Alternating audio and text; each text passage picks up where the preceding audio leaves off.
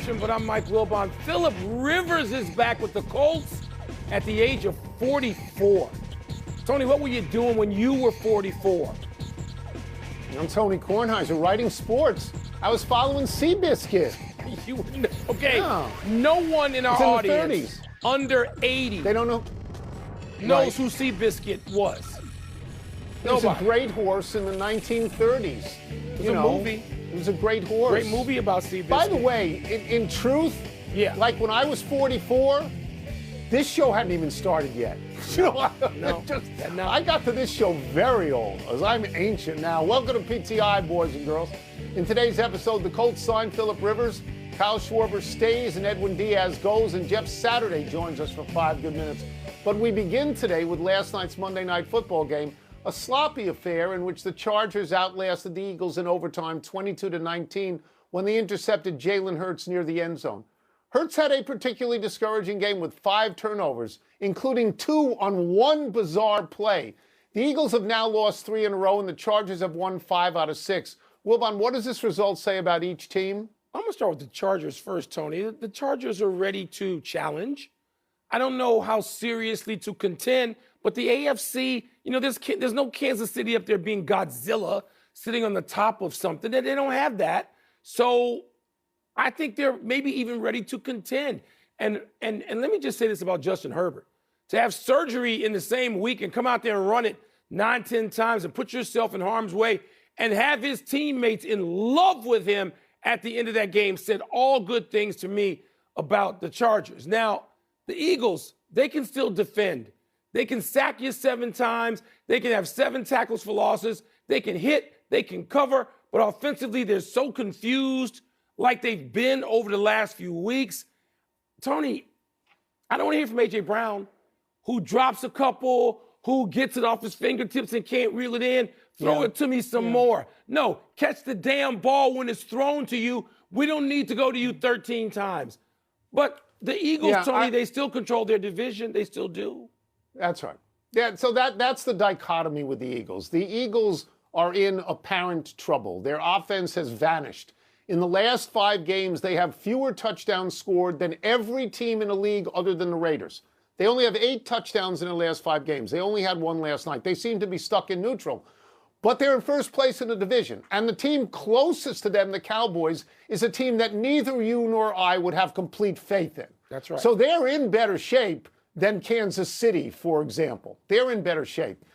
I mean, if I wanted to calm the water, I would point out that Matthew Stafford a couple of weeks ago had 2 interceptions and a lost fumble in a game that the Rams lost to Carolina, and then came back with 3 touchdown passes and no picks as they destroyed Arizona. Jalen Hurts could do that. But as you know, with your friends who are Eagles fans, and I know as my friends who are Eagles fans, they have panicked, and they are ready to throw Hurts off the train. They're ready to do that.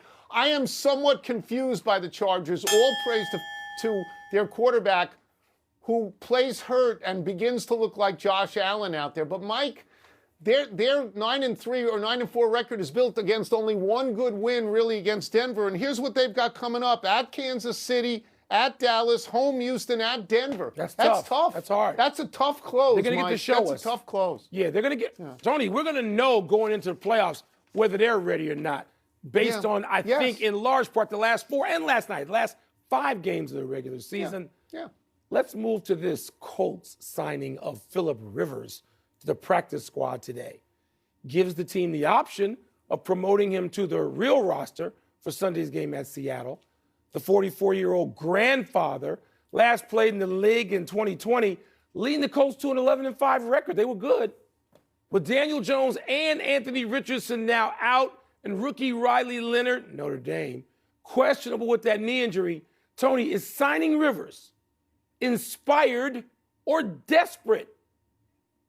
If those are my choices right now, I would say desperate, because he's 44 years old, because he last played in the NFL 1,800 days ago, right? That's his last snap 1,800 days ago. There was 2020. He was 39 years old then, which was old then, but he had a really good year, as you point out. Colts made the playoffs, and they were 11-5. If he can revive these Colts, then it would be inspired. But if we could, let's look at the really good quarterbacks in NFL history who were 44, but let's leave Tom Brady out because everybody knows about Tom Brady. So here is the list. There is no list. That's right. There is no list, right? And as you said before, he's a grandfather. I think that's important. I understand what's going on here. Shane Steichen, the coach, knows him from the Chargers, where when Phillip Rivers played at the Chargers, Steichen had a series of offensive coaching jobs. He trusts them. They're good friends. I get that part, but, it feels a little desperate to me. Nothing's as overrated in football as this notion that is choreographed. What? There is mayhem. And at 44 years old, he is ill-equipped, Phillip Rivers, even though he's going to get a whole lot of Hall of Fame votes, legitimately, to deal with the mayhem going on around him. We know he understands the offense. That's not the final objective. It's great, Tony. I've listened many times to our dear friend Charles Barkley. And Charles talks about retiring because your body's aching and it's hurt and you're beat down after years and years of competitiveness. And you then take a couple of seasons off and you work out and you lose some weight and you heal up and you come back and you say, wow, I feel really good now. Until the first time somebody knocks you out and then you say, no, I can't do this. And it seems that Charles came to that realization and Phillip Rivers has not. He's going to come to it in Seattle. I just hope it's temporary and nothing more, if that, than the blue tent, not even that. I'm going to tell you something. I feel bad for Daniel Jones because he was going to be comeback player of the year. And now he's hurt on, both legs are gone. And I feel badly for him. They haven't had a quarterback that they can trust really for any length of time since Andrew Luck. It's a while back. Baseball's stove got hot in a hurry. Kyle Schwarber's free agency is over already. The 32-year-old NL home run champ is reportedly returning to the Phillies for 5 years and $150 million. And closer Edwin Diaz is leaving the Mets for the Dodgers, 3 years, $69 million, as L.A. makes a run for its third straight World Series title. Wilbon, which of these is the more impactful move? Oh, you're going to say my reaction is totally predictable, and it is. It's Schwarber for a million reasons. One, the contract. When I heard the numbers, I thought, oh, my God, this is so team-friendly. Team-friendly. You're getting a guy $30 million, okay? You can say that's a lot of money. It is.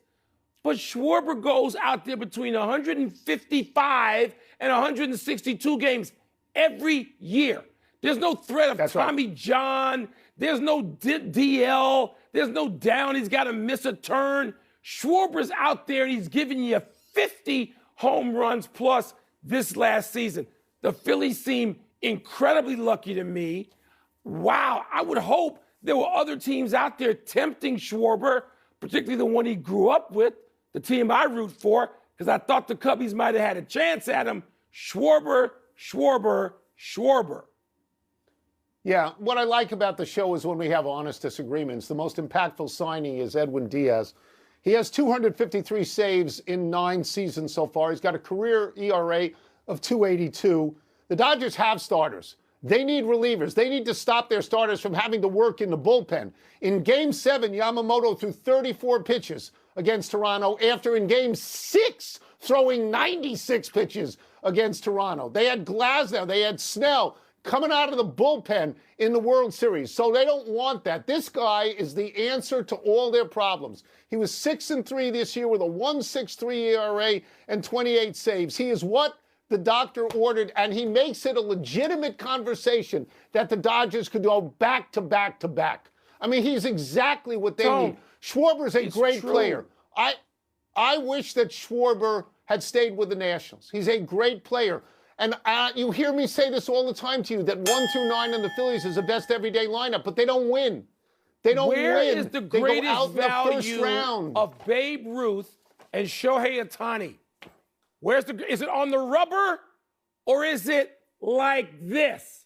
No, Ruth, you're right. It's every day. Ohtani, it's and every this day. dude hits 50 and he goes 160.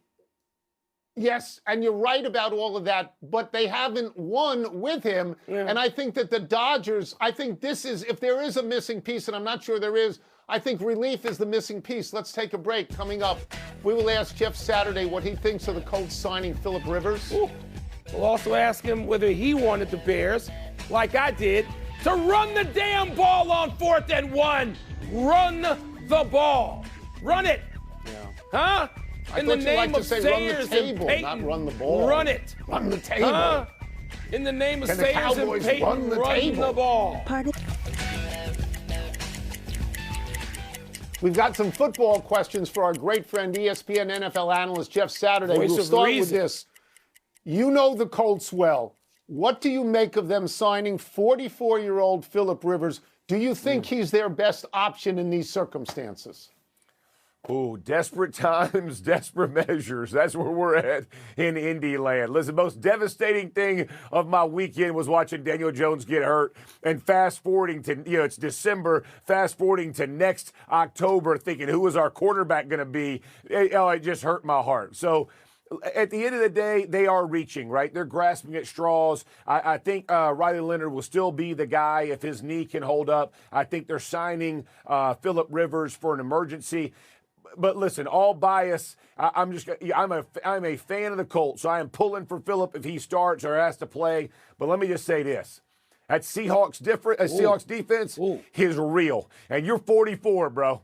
Listen, get rid of the rock. Do not hold it. Don't double pump. And you ain't fast enough to get out of the pocket. Let that thing go, Phil. Protect yourself at all costs. It could get ugly. We're going to go to my Bears for a second and review that crucial 4th and 1 with 27 seconds left against the Packers. And the Bears electing to throw the ball. Jeff, I was screaming at the television, run the ball every down there. I'm suspecting that, knowing you a little bit, you would have run the ball, given what the Bears did on the previous 17-play drive. I'm suspecting you would have run it too. Yeah, no, listen, offensive linemen, right? Like, we wear a defense out. We got them fatigued. We want this to happen. We want to go run the rock. So there is no doubt, as an offensive lineman, you want the game put on your back at that moment, the biggest moments of the game, and you think you can go get this yard. All that being said, though, the truth is, it's there. The play is there. He has a shot to do it, which goes from converting a first down to a touchdown. You can't have it both ways, right? Unfortunately, the play doesn't get executed to maximum, and there's a pick. But man, what a game! And again, man, this is why you can't have nice things, Mike, because you all fired up. You can't be happy with what they got going. And sometimes you got to go, no one expected us to be in that game, bro. I don't care what anybody said. They fought like crazy. They've turned the corner, man. I'm excited for this Bears in the future. No, Jeff, this is a time I'm a little different. I was only in a bad mood for a few minutes. I got out of it. They played a hell of a game, toe-to-toe with Green Bay in Lambeau. Let me ask you about the Ravens for a second, who had what a lot of us thought was an apparent touchdown catch taken away. John Harbaugh called the current catch rule as clear as mud. You played the sport for a long, long time. Was that a catch to you? It's a catch. That was a catch to me. I mean, when I see him, got the ball out extended, his feet are on the ground, like I don't understand what, I mean, you think if a guy's reaching across the line, if it touches, barely gets across, it's a touchdown.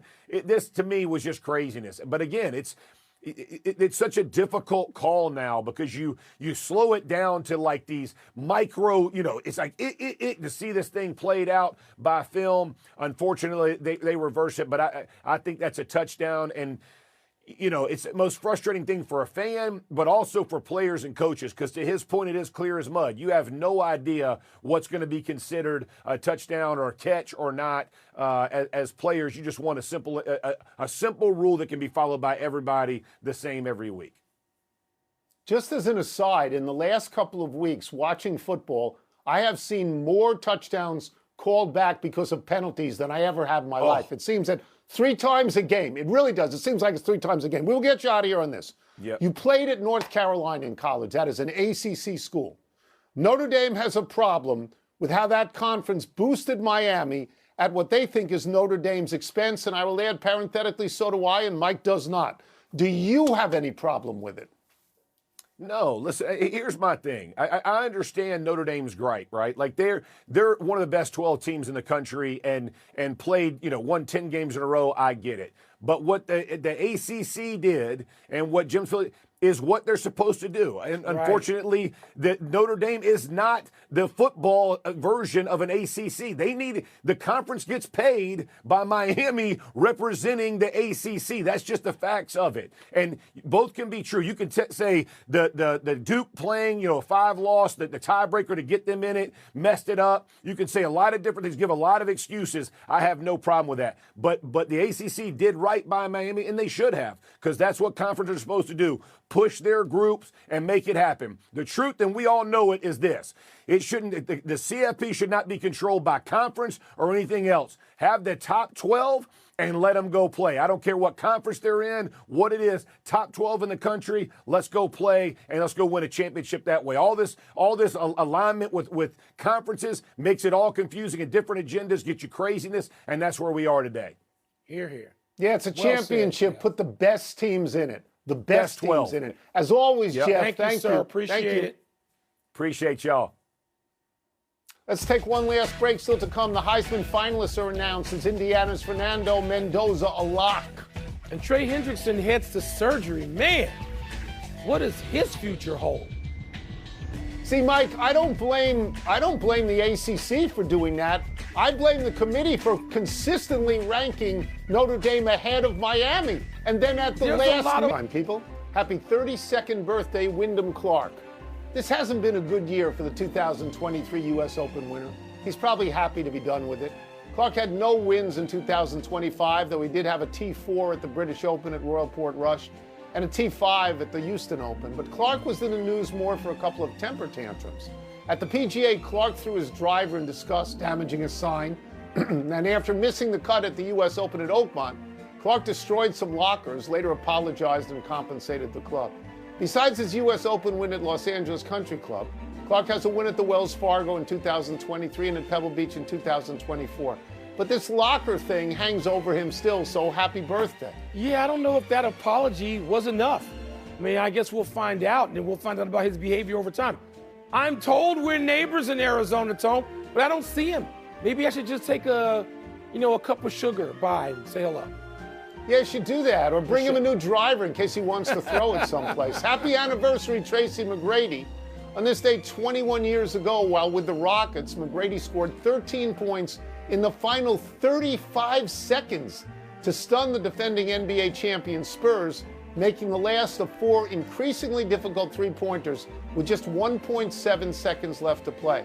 That comeback erased San Antonio's 10-point lead with less than a minute to play. Having scored just 10 points in the first 11 minutes of the fourth quarter, the Rockets scored 17 in the final minute. McGrady was a great talent. He was a 7-time All-Star. But for the vast bulk of his career, before latching onto the Spurs as a role player just before he retired, McGrady had never made it to the